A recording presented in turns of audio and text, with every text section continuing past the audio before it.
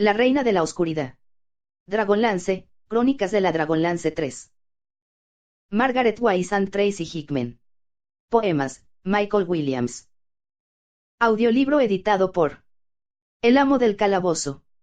2019. Libro séptimo. Capítulo cuarto. La trampa. Bacaris dormía en su celda con intervalos de vela. Aunque jactancioso e insolente durante el día, torturaban sus noches sueños eróticos en los que se le aparecía Kitiara entremezclados con pesadillas donde presenciaba su ejecución a manos de los caballeros de Solamnia, o acaso era su ejecución a manos de Kitiara.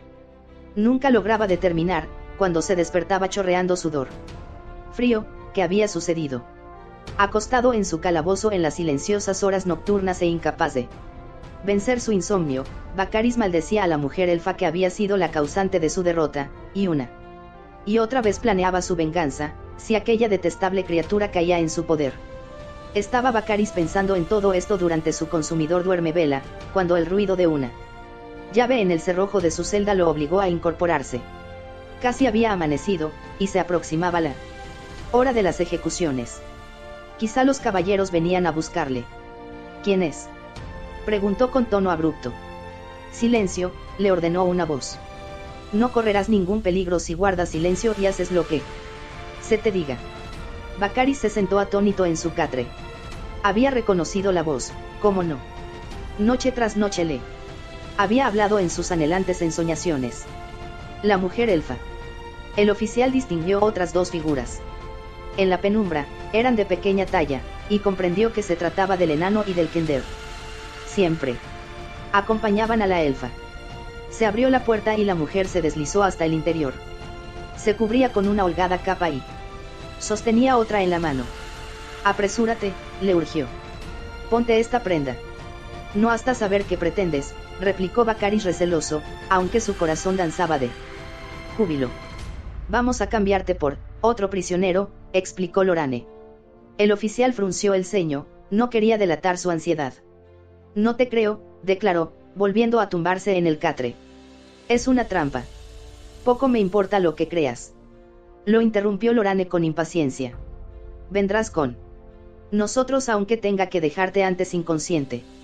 No me preocupa tu estado mientras pueda exhibirte ante la persona que quiere verte. Kitiara. De modo que era ella quien le reclamaba. ¿Qué se proponía? ¿A qué jugaba? Bacaris vaciló, no confiaba en Kit más que ella en su propia lealtad. Era muy capaz de utilizarle para conseguir sus propósitos, sin duda era lo que estaba haciendo ahora, pero quizá él podría utilizarla a su vez. Si supiera a qué se debía aquel extraño canje. El rostro pálido, rígido de Lorane disipó sus cavilaciones, pues resultaba evidente que estaba resuelta a cumplir su amenaza. No tenía otra alternativa que ceder a sus deseos. Me temo que no me queda más elección que obedecer, dijo. La luna se filtraba a través de los barrotes de la ventana en la mugrienta celda, iluminando el rostro de Bacaris. Había permanecido varias semanas confinado, pero ignoraba cuántas porque había perdido el sentido del tiempo. Cuando estiró la mano para recoger la capa, sus ojos se cruzaron con los de la mujer elfa, que lo miraba con obstinada frialdad solo teñida por un destello de repugnancia. Consciente de su importante papel en aquella confabulación, Bacaris elevó la mano sana y se rascó la crecida barba. Su señoría sabrá disculparme, comentó sarcástico, pero los celadores de vuestro establecimiento no han hallado oportuno proporcionarme una cuchilla con la que rasurarme. Conozco el disgusto que causa a los de vuestra raza la visión del vello facial. Bacaris comprobó sorprendido que sus palabras herían a Lorane. El rostro de la muchacha palideció, sus labios se tornaron blancos como la nieve. Solo un supremo esfuerzo le permitió controlarse. Muévete. Lo apremió con voz ahogada. Al oírla, el enano entró en el calabozo empuñando su hacha guerrera.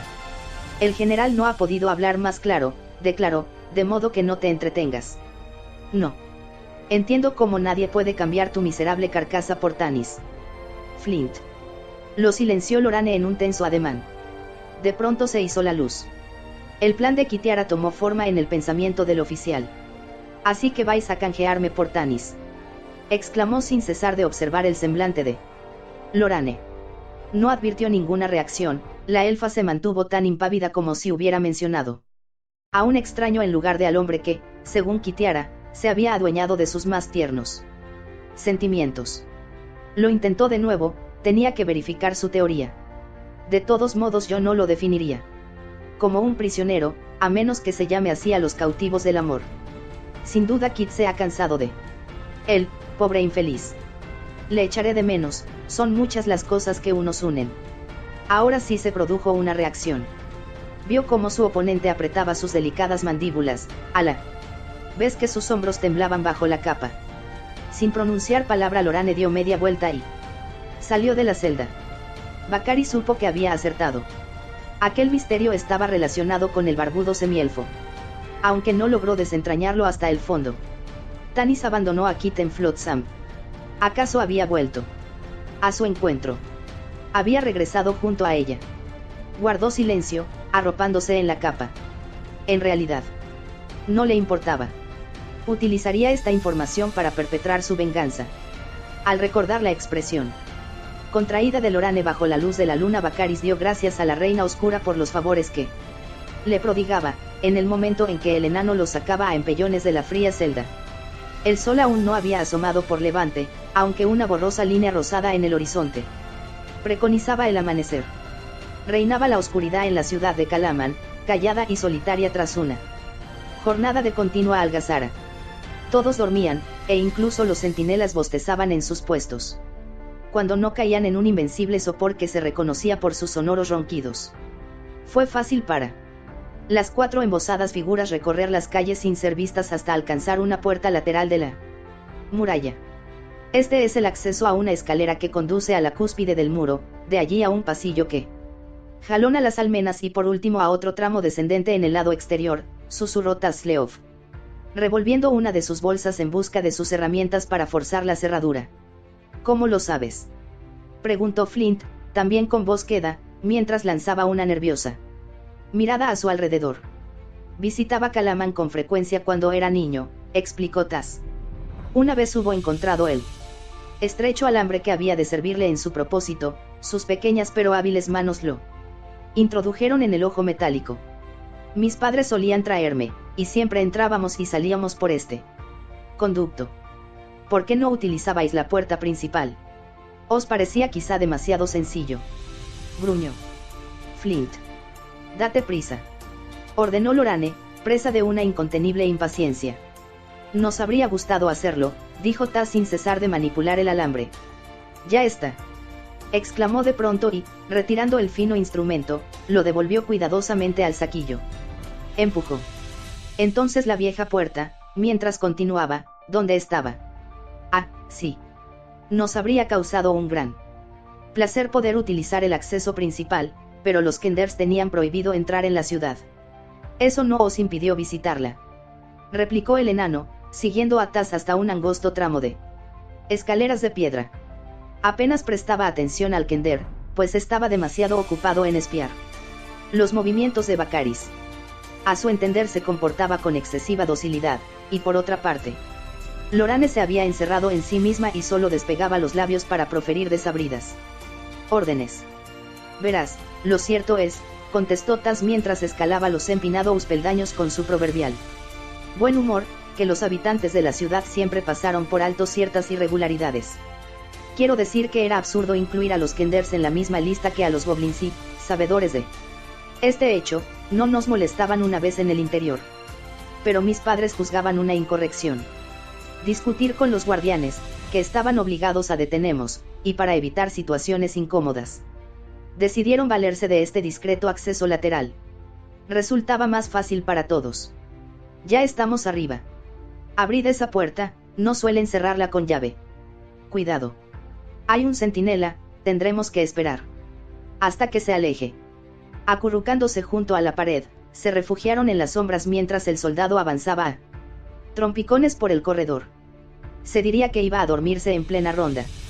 Al fin desapareció y el sigiloso grupo recorrió el mismo pasillo que dejara minutos antes el centinela para atravesar una nueva puerta en el extremo opuesto, bajar a toda prisa un tramo de escalera y encontrarse al otro lado de la muralla. Estaban solos. Flint examinó su entorno, mas no descubrió vestigios de vida en la media luz que procedía al alba. Al sentir un ligero estremecimiento se arropó en la capa, presa de una creciente aprensión. ¿Y si Kitiara decía la verdad? No era imposible que Tanis estuviese con ella, quizá. Moribundo como afirmaba. Irritado contra sí mismo, se obligó a desechar tan lóbregos pensamientos. Casi esperaba que les hubieran tendido una trampa. Aunque le resultaba difícil dejar de cavilar, le ayudó a liberarse de sus vagos temores una áspera voz que resonó en el aire, tan cercana que sustituyó su inquietud por un aterrorizado sobresalto. ¿Eres tú, Bakaris? Sí. Me alegro de volver a verte, Gakan. Flint giró la cabeza, aún turbado, y vio surgir una oscura figura de las sombras de muro.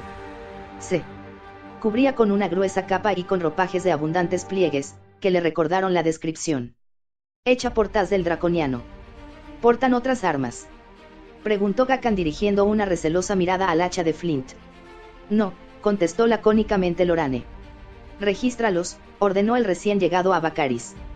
Cuentas con mi palabra de honor, protestó la muchacha, más enojada a cada instante. Soy una princesa de Qualinesti. El oficial dio un paso hacia ella, mientras declaraba.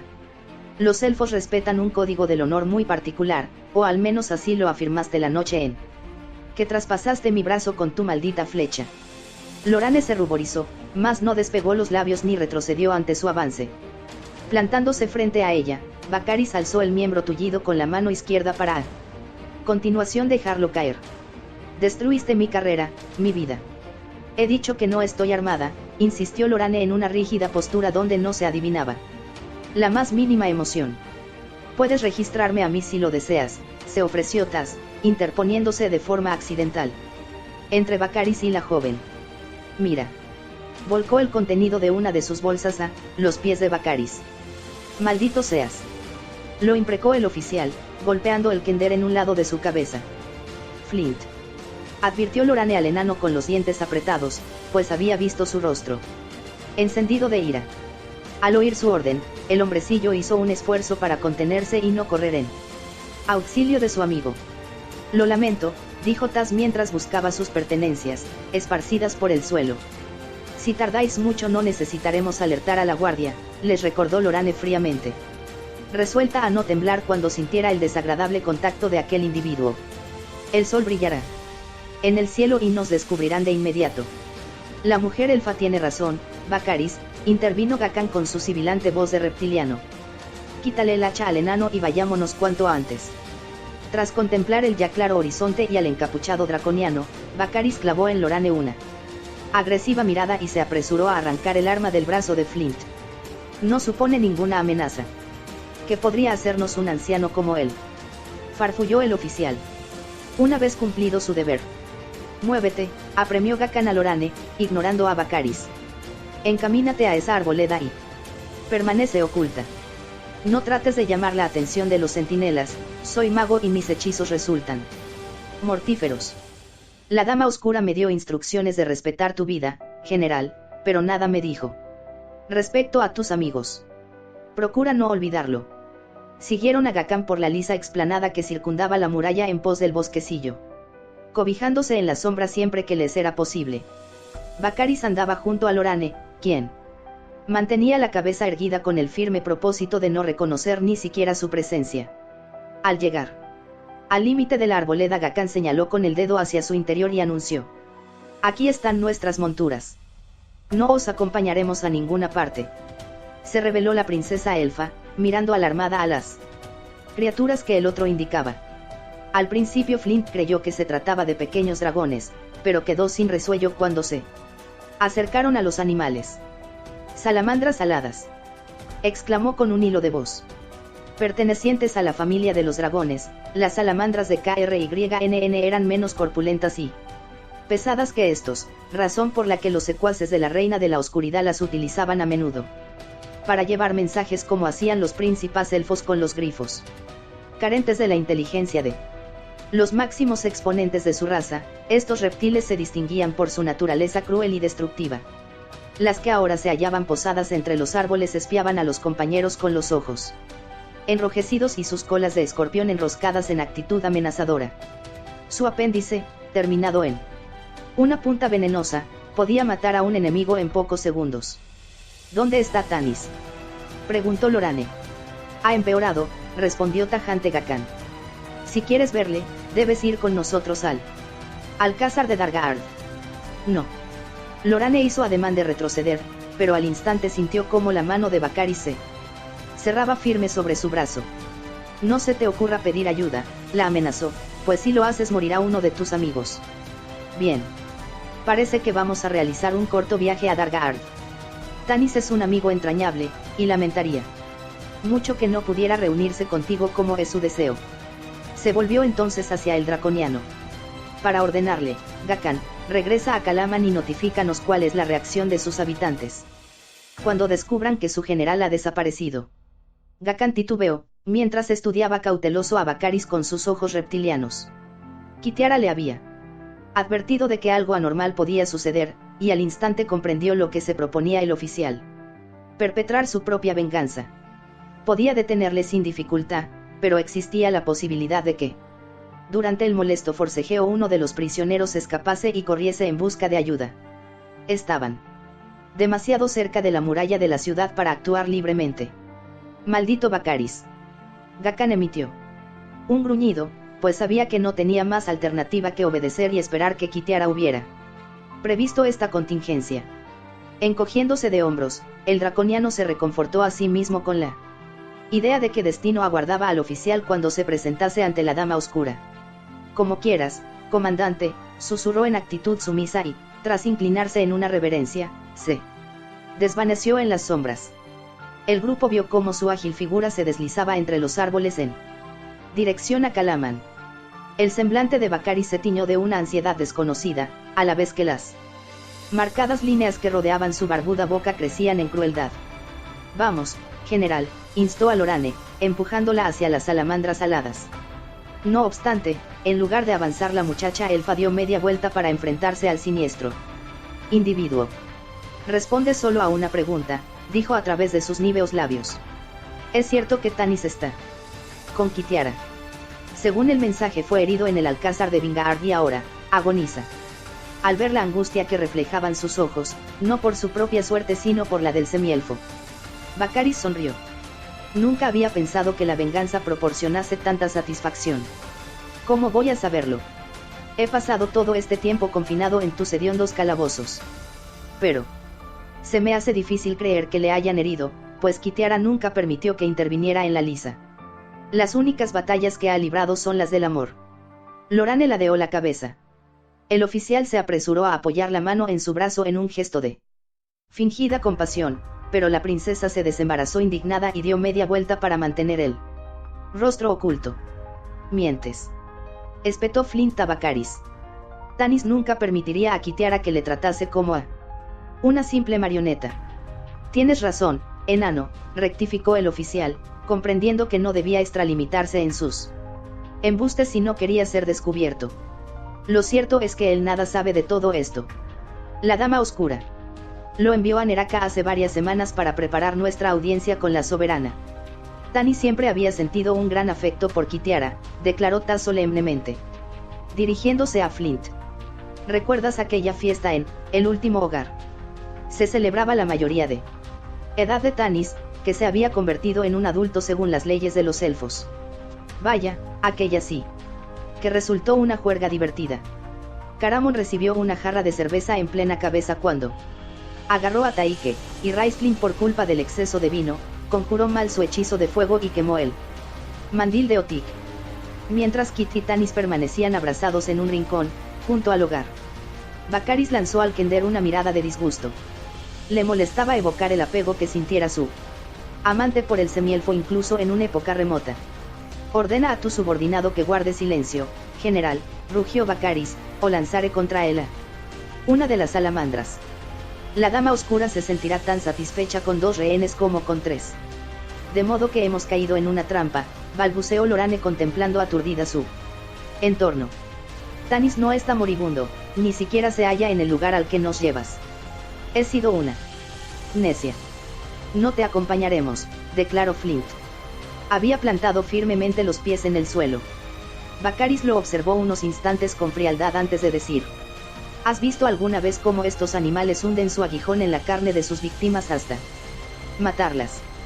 No, respondió Taz interesado, pero he presenciado el ataque de un escorpión. Supongo que es algo parecido, aunque por supuesto no siento el menor deseo de comprobarlo, añadió al advertir el endurecimiento que se operaba en las facciones de Barakis. Cabe la posibilidad de que oigan vuestros alaridos los centinelas de las murallas, pero entonces será demasiado tarde, comentó Barakis a Lorane, quien le miró como si le hablara en una lengua incomprensible. He sido un necia, repitió la muchacha, absorta en sus propios pensamientos. Pronuncia una sola palabra, Lorane, y pelearemos, ofreció Flint testarudo. No, respondió ella con un hilo de voz que le asemejaba a un niño asustado. No arriesgaré vuestras vidas. Ha sido mi estupidez la que nos ha colocado en esta situación, y debo pagar yo por ella. Baccaris, llévame contigo y deja libres a mis amigos. Ya basta, espetó el oficial impaciente. No soltaré a ninguno de los tres. Trepando a la grupa de una de las salamandras, tendió su mano a Lorane. Solo hay 2 animales, de modo que viajaremos por parejas. Desprovisto su rostro de toda expresión, la muchacha aceptó la ayuda de Baccaris y se encaramó a la montura. El oficial rodeó su talle con el brazo sano, esbozando una siniestra sonrisa mientras la apretaba. Al sentir su contacto, la faz de Lorane recuperó el color perdido. Enfurecida, trató de desprenderse de su abrazo. Así estarás más segura, general, le susurró el abyecto oficial al oído. No quiero que te caigas.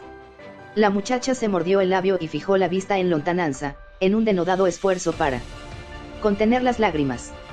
¿Siempre huelen tan mal estas criaturas?, inquirió Taz, escudriñando a la salamandra con repugnancia mientras ayudaba a montar a Flint. Creo que deberíais persuadirlas de que se bañen. Cuidado con la cola, les advirtió Baccaris. Las salamandras no suelen matar a menos que reciban una orden concreta, pero son muy picajosas y se enfurecen por tonterías. Se comprendo, balbuceó Taz. No era mi intención insultarlas. Estoy seguro de que pasado el primer efecto se acostumbra uno a sus efluvios. Obedientes a la señal de Baccaris, los animales desplegaron sus correosas alas y levantaron el vuelo, aunque despacio bajo tan inusitada carga. Flint se agarró al kender sin cesar de observar a Lorane, que, junto al oficial, había tomado la delantera. El enano vio impotente cómo en diversas ocasiones aquel ser repugnante se inclinaba hacia la princesa y ella le rechazaba con brusquedad. Su semblante se tomó ceñudo ante tan desagradable espectáculo. ¿Ese Baccaris proyecta alguna felonía?, farfulló el enano. ¿Qué decías?, preguntó Taz girando la cabeza. Que debemos desconfiar de Baccaris.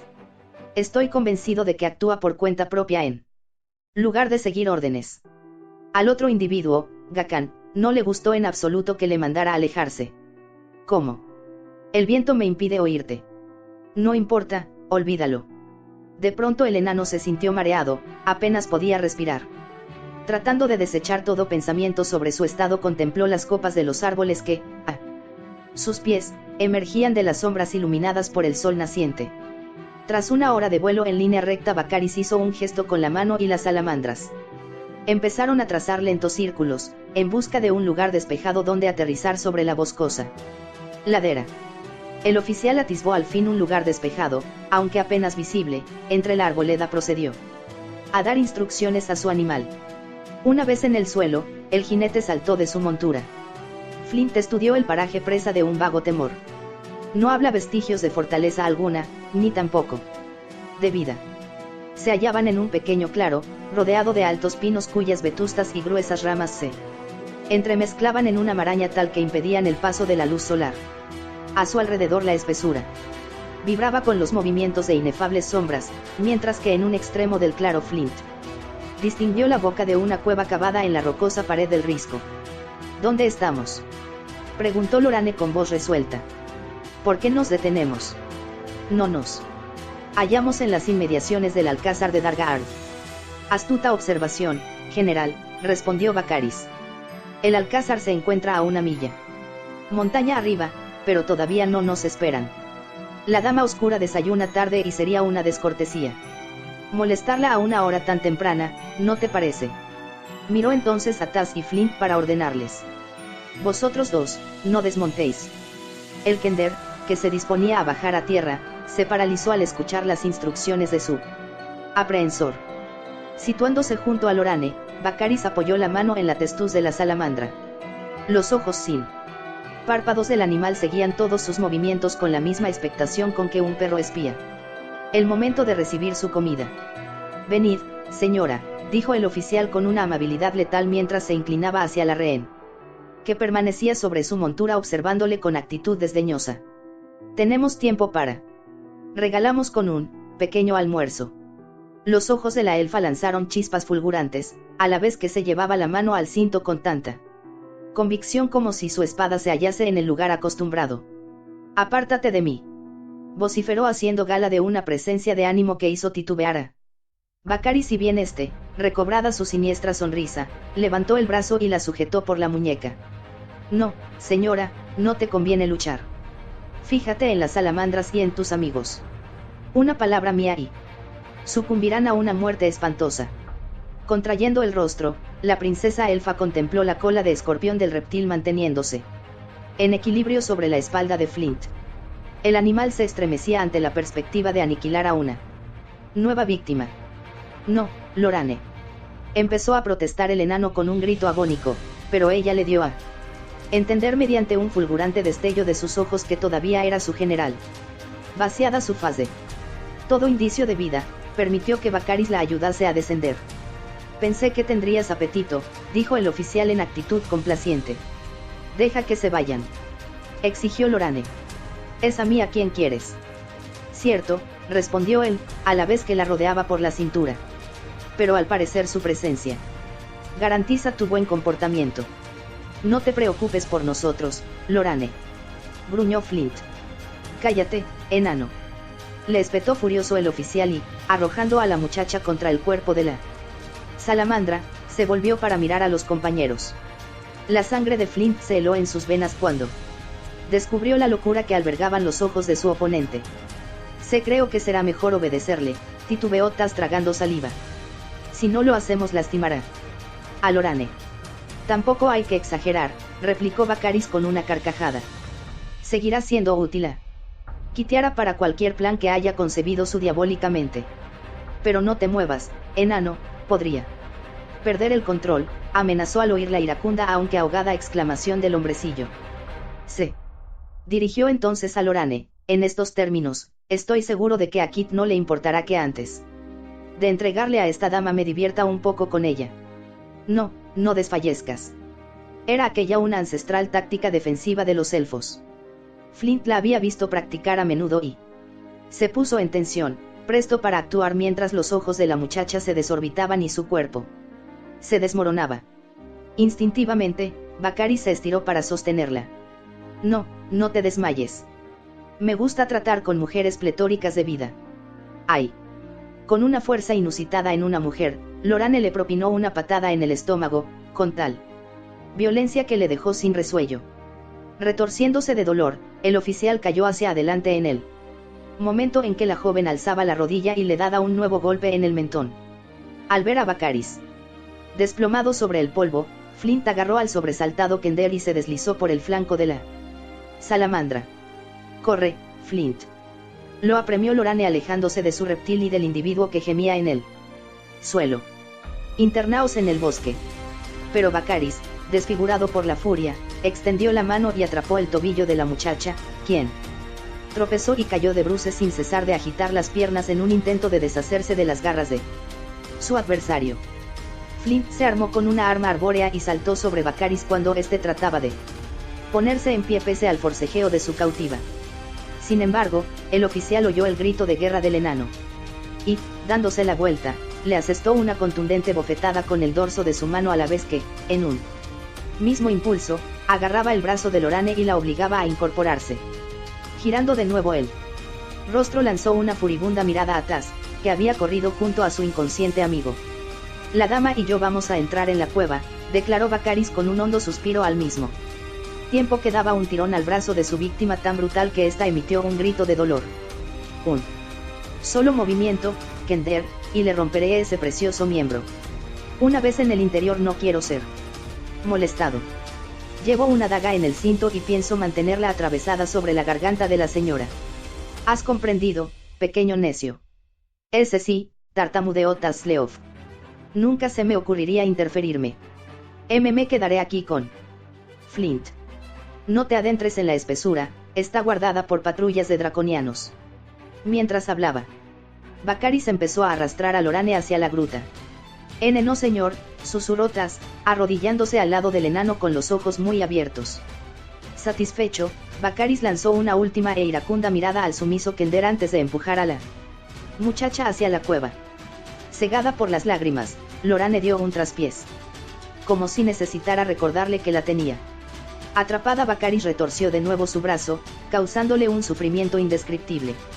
No había manera de liberarse de la inquebrantable garra de aquel individuo, así que, sin dejar de maldecirse por haber caído en su trampa, Lorane trató de vencer su miedo y pensar con claridad.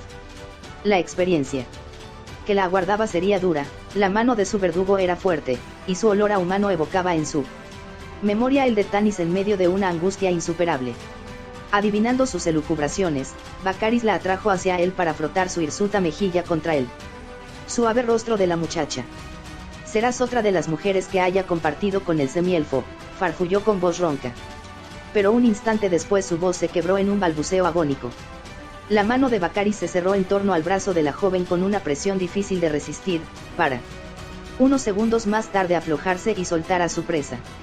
Lorane se apresuró a escabullirse, resuelta a interponer cierta distancia y poder así encararse con él.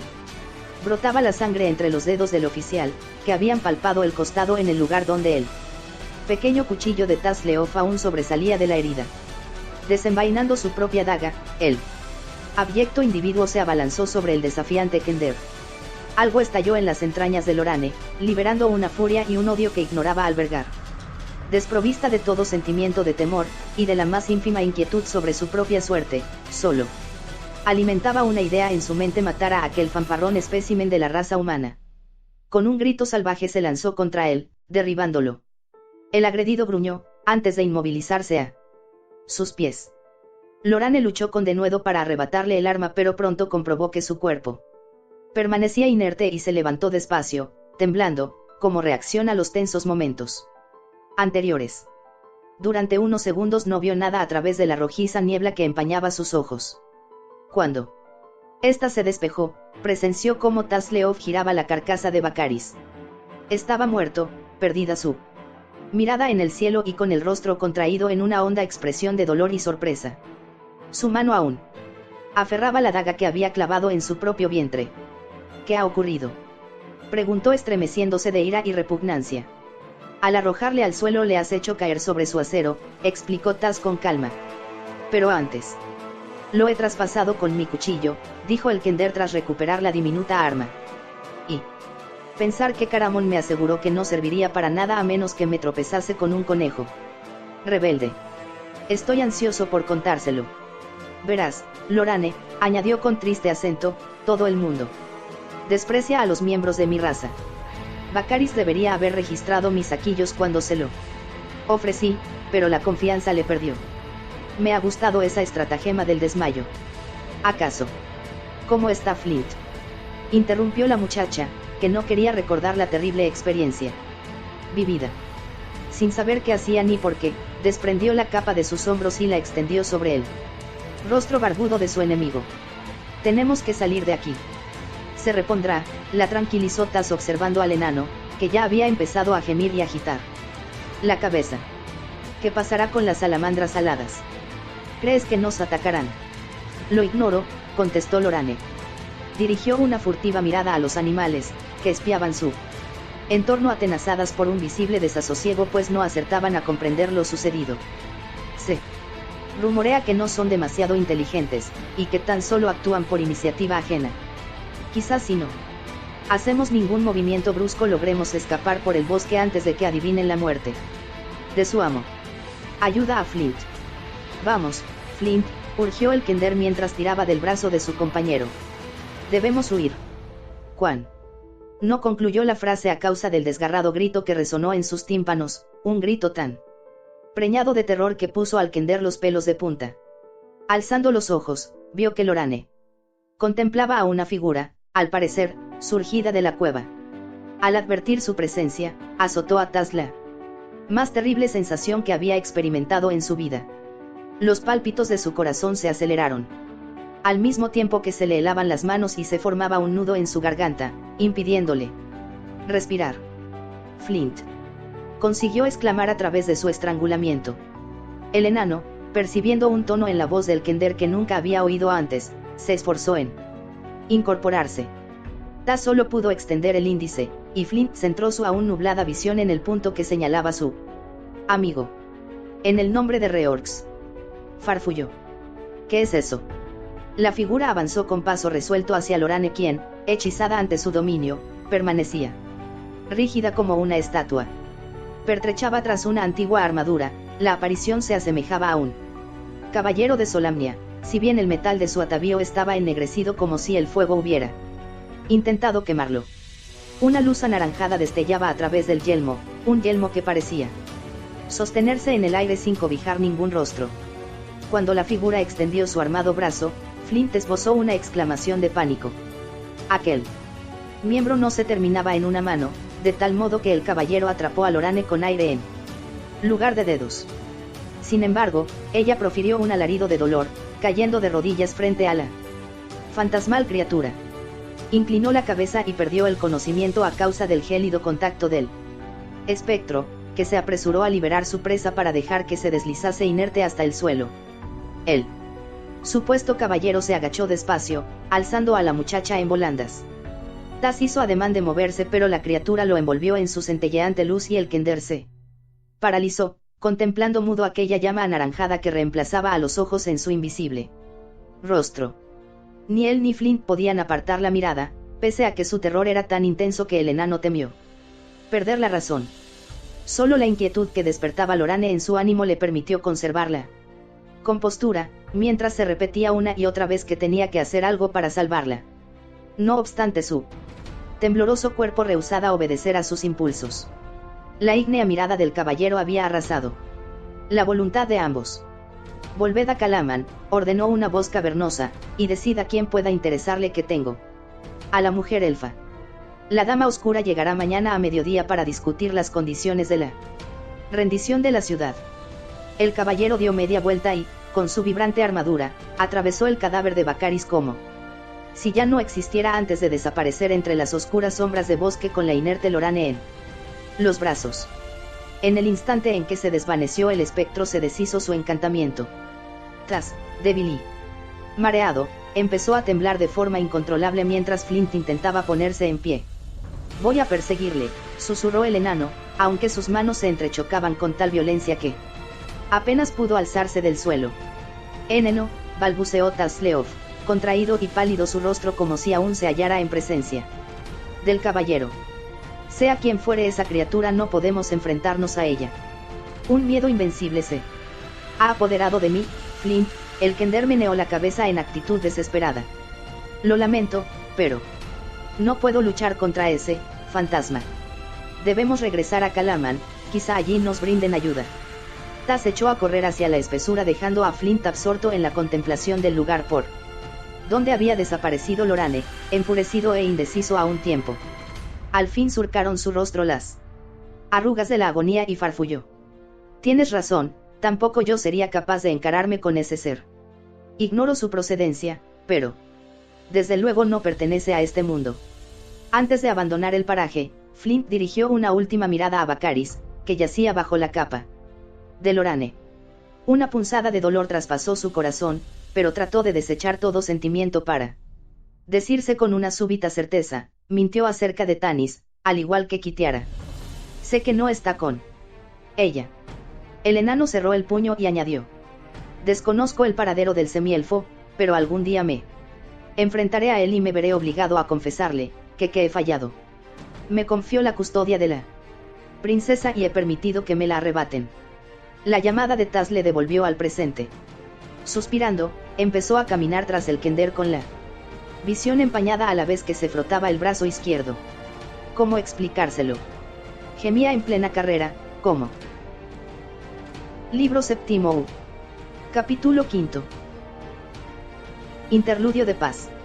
Escúchame, dijo Tanis lanzando una iracunda mirada al hombre que, impasible, se hallaba sentado frente a él.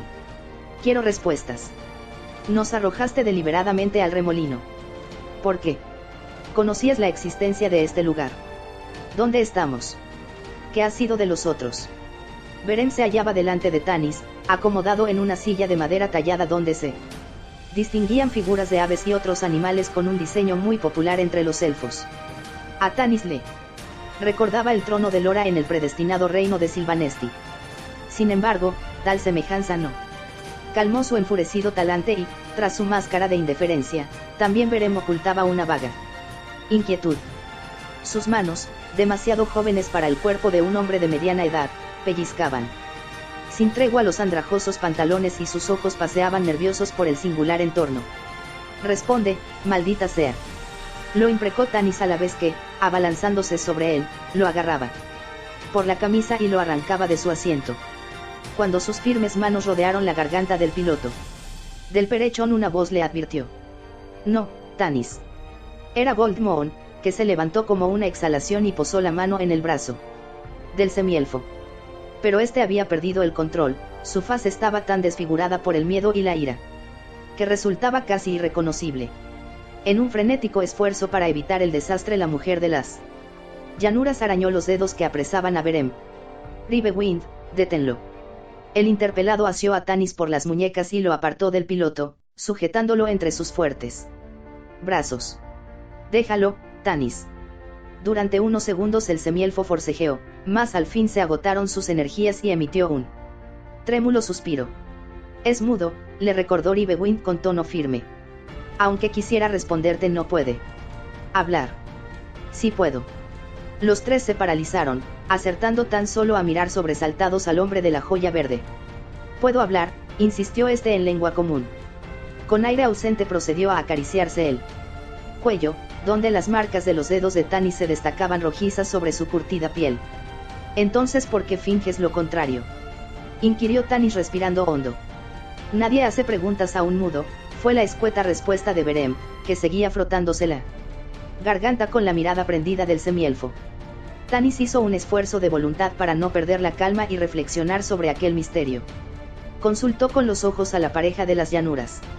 Mientras Ribewind fruncía el ceño y meneaba la cabeza, Goldmoon se encogía de hombros. Tras unos instantes de vacilación, acercó otra silla de madera a fin de sentarse frente a Berem, pero, descubriendo que el respaldo estaba resquebrajado, procuró no apoyarse. Berem, el semielfo hablaba despacio en un intento de refrenar su impaciencia, nos has confiado tu secreto. ¿Significa eso que vas a contestarnos? El piloto escudriñó el rostro de su oponente antes de asentir en silencio. ¿Por qué? Tenéis que ayudarme a salir de aquí, no puedo quedarme en este lugar, dijo Berem, humedeciendo sus labios y lanzando una nueva mirada a su alrededor. Tanis sintió un escalofrío, pese a la tibia temperatura que reinaba en la estancia. ¿Acaso corres algún riesgo, o son nuestras vidas las que peligran? ¿Dónde nos encontramos? Lo ignoro. No sé dónde estamos, pero presiento que debo marcharme. He de regresar. Su voz era la de una criatura indefensa. ¿Por qué motivo? Los señores de los dragones te persiguen. Uno de ellos, Tanis tosió, pero venció el acceso y continuó con cierta ronquera. Uno de esos señores me confesó que tú eras la clave de la victoria de la reina de la oscuridad. ¿Por qué, Berem? ¿Qué tienes para que te busquen de un modo tan desesperado? No lo sé, exclamó el piloto cerrando el puño. Lo único que puedo afirmar es que me acechan sin tregua. He huido de ellos durante años. Nunca tuve un momento de respiro. ¿Cuánto tiempo ha durado esa pesadilla, Berem? Siguió indagando el semielfo, ya apaciguado. Lustros, decenios, siglos. Farfulló él con voz entrecortada. No sabría contarlos. Lanzó un suspiro, y pareció volver a sumirse en su tranquila complacencia. Tengo 322 años. ¿O son 324? Se encogió de hombros. A lo largo de todo ese tiempo la reina ha tratado incesantemente de capturarme. Más de 3 siglos. Se asombró Goldmoon. Pero si eres humano. No es posible. Sí, pertenezco a la raza humana, asintió Beren centrando su mirada en la mujer de las llanuras. Sé que es imposible, y lo cierto es que he muerto, muchas veces. Ahora sus azules ojos se clavaron en Tanis. Tú me viste perecer en Pax Tarkas. Te reconocí cuando subiste a bordo del Perechón para negociar con la capitana. Creímos que había sucumbido en el desprendimiento de las rocas, rememoró el semielfo. Pero volvimos a verte vivo en el banquete nupcial. Stem y yo mismo. Sí, también yo me percaté de vuestra presencia. Por eso huí, temía enfrentarme a más preguntas. Beren meneó la cabeza.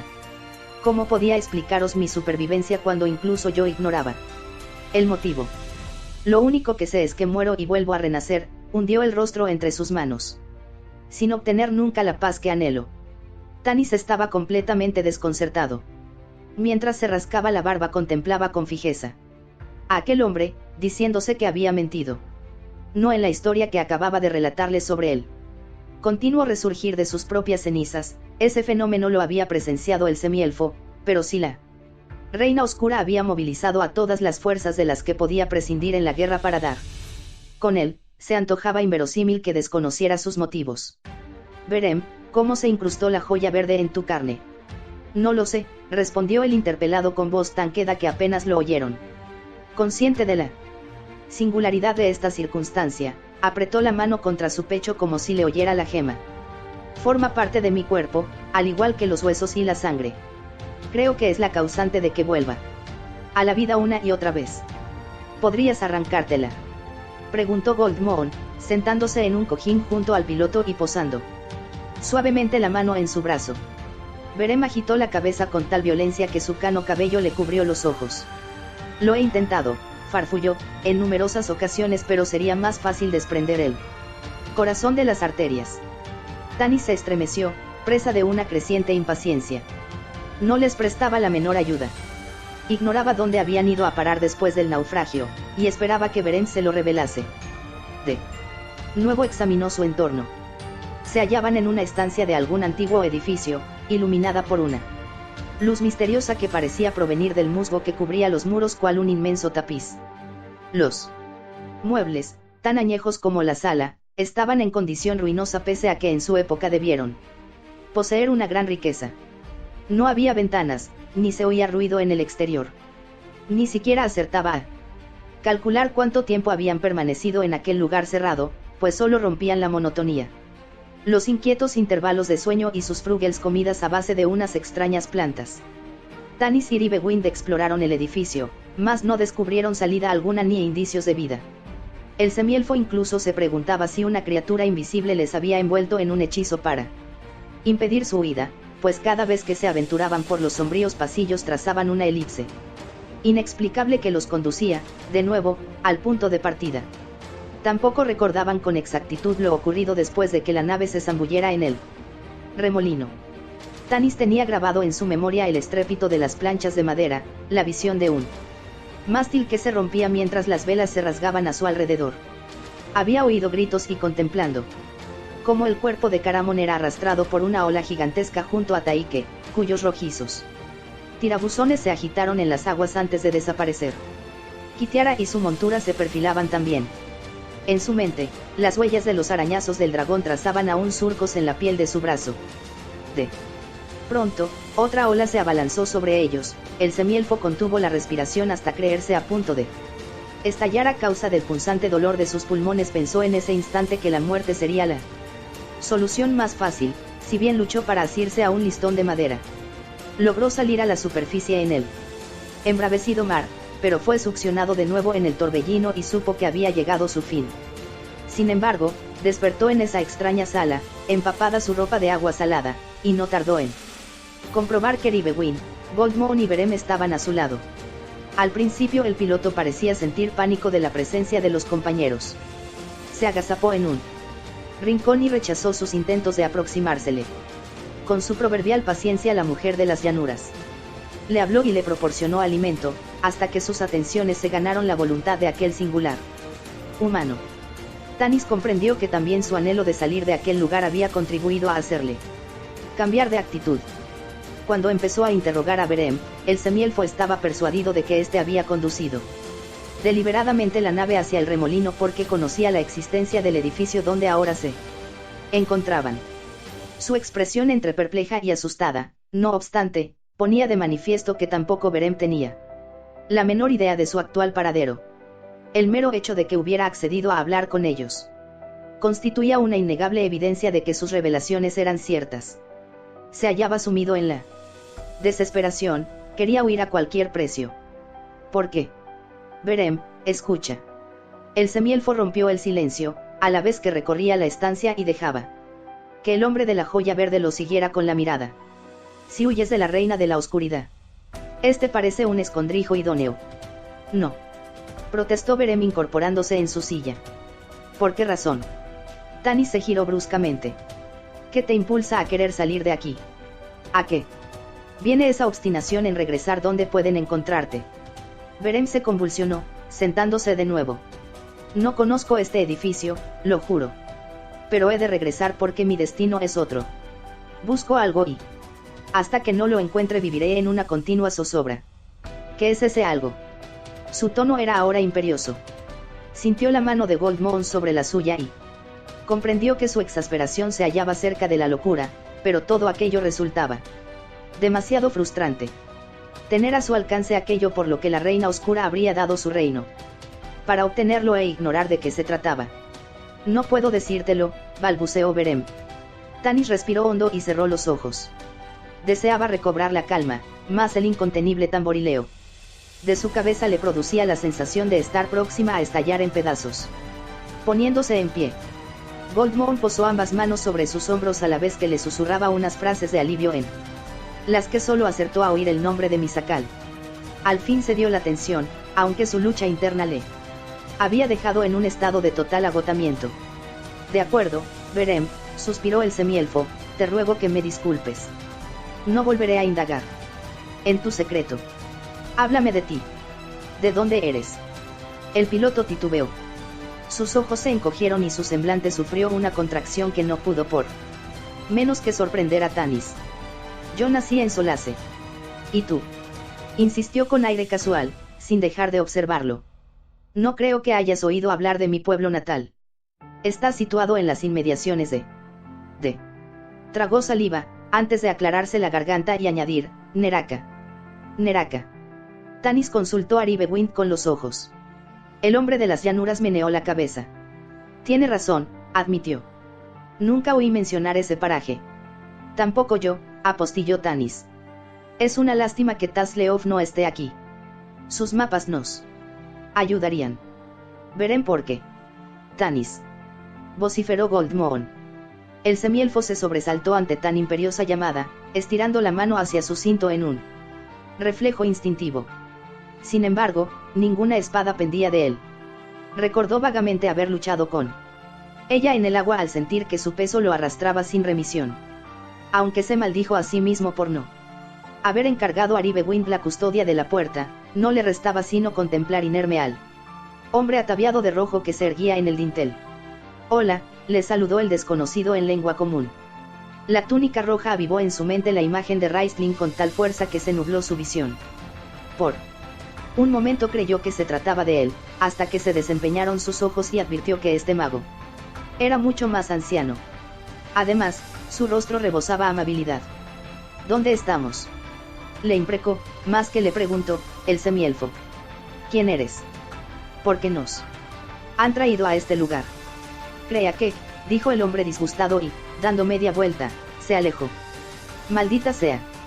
Tanis saltó en el aire, resuelto a atrapar al desconocido y arrastrarlo de nuevo al interior de la estancia. Le detuvo una firme mano en su hombro. Espera, le aconsejó Ribewind. Cálmate, Tanis. Es un hechicero, no podrías luchar contra él aunque portes tu espada. Lo seguiremos, averiguaremos dónde va. Si ha embrujado este lugar. Quizá tenga que levantar el encantamiento para salir también él. Tienes razón, reconoció el semielfo suspirando. Lo siento, no sé qué ha podido ocurrirme. Estoy tan tenso como el cuero de los tambores. Sigámoslo, Goldmoon se quedará junto a Berem. No. Replicó el hombre de la joya verde, antes de abandonar su silla y aferrarse a Tanis con tal fuerza que casi lo derribó en el impulso. No me dejes aquí, te lo suplico. Nadie va a dejarte, lo tranquilizó el semielfo luchando para liberarse de su agobiante abrazo. De todos modos, quizás sea más prudente que nos mantengamos unidos. Se precipitaron todos al mismo tiempo por el angosto pasillo para escudriñar su umbrío y solitario trazado. Ahí está, anunció Ribewind con el índice extendido. Bajo la tenue luz, vislumbraron el repulgo de la túnica roja detrás de un recodo. Despacio y sigilosos, iniciaron la marcha. El corredor conducía a otro de aspecto similar jalonado por varias puertas. Cuando reconocimos el lugar hace unas horas no vimos sino una pared sólida, se asombró Ribewind. O una sólida ilusión, rectificó el semielfo. Se adentraron en el corredor y procedieron a inspeccionarlo llenos de curiosidad. Las diferentes estancias albergaban el mismo mobiliario, viejo y destartalado, que hallaran en la sala del pasillo. Vacío. También estaban desiertas, pero iluminadas por los extraños destellos del musgo. Quizás se trataba de una posada, aunque de ser así no la habitaba ningún otro huésped ni parecía haberla pisado. Criatura viviente durante siglos. Atravesaron pasadizos ruinosos y vastos salones surcados por robustas columnas. No tenían tiempo para examinarlos al menos mientras rastrearan al hombre de la túnica roja, cuyo paso resultaba insospechadamente rápido y esquivo. 2 veces creyeron haberle perdido, para un instante. Más tarde divisar los ondeantes pliegues en una lejana escalera de caracol o en el extremo de un pasillo adyacente. Al fin se detuvieron en una intersección, desde donde observaron que 2 corredores partían en direcciones opuestas. Les embargó un sentimiento de desánimo al constatar que se había desvanecido el rastro del misterioso personaje. Nos dividiremos, pero no iremos lejos, decidió Tanis tras unos segundos de reflexión. Volveremos a encontrarnos en este punto. Si lo ves, Ribewind, silba una vez, yo haré lo mismo. Asintiendo, el hombre de las llanuras y Goldmoon se internaron en uno de los corredores. Mientras Tanis, con Berem a sus talones, exploraba el otro. No encontró nada. El pasillo desembocaba en una espaciosa estancia, alumbrada por los fantasmales resplandes que invadían todo el recinto. Debía examinarla o retroceder. Vaciló unos instantes, mas al fin optó por asomarse al interior donde llamó su atención una gran mesa redonda. Sobre ella yacía desplegado un extraño mapa en relieve. Tanis se apresuró a acercarse, comprobando que era una maqueta lo que se exponía a sus ojos. Cuando inclinó su cuerpo hacia adelante con la esperanza de encontrar alguna clave sobre el misterioso lugar en el que se hallaban, advirtió que estaba frente a la réplica en miniatura de una ciudad. Protegida por una cúpula de cristal transparente, la reproducción parecía tan detallada que el semielfo tuvo la rara sensación de que las construcciones eran más reales que el edificio que ahora los cobijaba. ¿Cuánto le gustaría a Taz?, pensó tristemente imaginando el deleite del Kender ante semejante filigrana. Las casas respondían a un antiguo modelo arquitectónico, sus delicadas torres se alzaban hacia el cristalino cielo, los techos abovedados despedían destellos de luz blanca. Las ajardinadas avenidas, por su parte, estaban flanqueadas por amplios soportales y las calles formaban una gran telaraña al confluir en una plaza central. Berem no cesaba de tirar de la manga de Tanis para indicarle que debían abandonar cuanto antes la estancia. Aunque podía hablar, resultaba obvio que se había acostumbrado al silencio, o quizá lo prefería. Solo unos minutos más, rogó el semielfo, reticente a partir. No había oído la señal de Ribewind y existía la posibilidad de que aquella maqueta les mostrase la salida del extraño lugar. Aguzando la vista, descubrió en torno al centro de la urbe varios pabellones y palacios, engalanados con columnatas. Las cúpulas de cristal de los invernaderos protegían a las flores de estío de las nieves invernales. Y, en medio de tanta belleza, se erguía un edificio que se le antojó familiar, pese a saber a ciencia cierta que nunca lo había visitado. ¿Cómo entonces podía reconocerlo? Rebuscó en su memoria sin cesar de estudiarlo, mas lo único que consiguió fue que se le erizase el cabello. Parecía tratarse de un templo consagrado a los dioses y exhibía la más bella estructura que cabe imaginar, más asombrosa que la revestida por las torres del sol y de las estrellas en los reinos elfos. 7 agujas surcaban el espacio en pos de infinito, como si lo hacen a las divinidades por su creación, si bien la del centro parecía traspasar la bóveda celeste por encima de las otras con una magnificencia que no denotaba alabanza, sino rivalidad. Confusos recuerdos de sus maestros elfos invadieron la mente de Tanis, reavivando antiguas historias sobre el cataclismo, sobre el príncipe de los sacerdotes. El semielfo se alejó de la miniatura casi sin resuello. Berem, al ver su ahogo, lo miró, alarmado y lívido como la muerte. ¿Qué ocurre?, preguntó con voz entrecortada, agarrándose a su compañero. Tanis meneó la cabeza, incapaz de articular las palabras. Las terribles implicaciones que entrañaba hallarse en aquel lugar, los sucesos que podían derivarse, azotaban su mente como hicieran con su cuerpo las enrojecidas aguas del mar sangriento. Perplejo, Berem estudió el centro de la maqueta. Sus ojos se abrieron, a la vez que emitía un alarido que en nada se asemejaba a cuantos Tanis oyera en el pasado. En un impulso incontrolable, el hombre de la joya verde se lanzó sobre la cúpula y empezó a golpearla como si pretendiera hacerla añicos. La ciudad maldita, gimió. Tanis dio un paso al frente para tranquilizarle, pero oyó el sonoro silbido de Ribewind y, haciéndolo por los hombros, lo apartó del cristal. Lo sé, dijo. Acompáñame, tenemos que salir de aquí. ¿Cómo lograrlo? ¿Cómo escapar de una ciudad que según los anales de la historia había sido borrada de la faz de KRYNN? ¿Cómo abandonar una urbe que ahora yacía en las profundidades de mar sangriento? ¿Cómo? Cuando empujó a Berem hasta el exterior de la sala de la maqueta, Tanis elevó la vista hacia el arco de la puerta. Había unas frases grabadas en su desconchado mármol, frases que en otro tiempo describieron una de las maravillas del mundo y que ahora aparecían resquebrajadas y cubiertas de moho. Sin embargo, pudo leerlas. Bienvenido visitante a nuestra hermosa ciudad. Bienvenido a la ciudad elegida por los dioses. Bienvenido, honorable huésped, a Istar.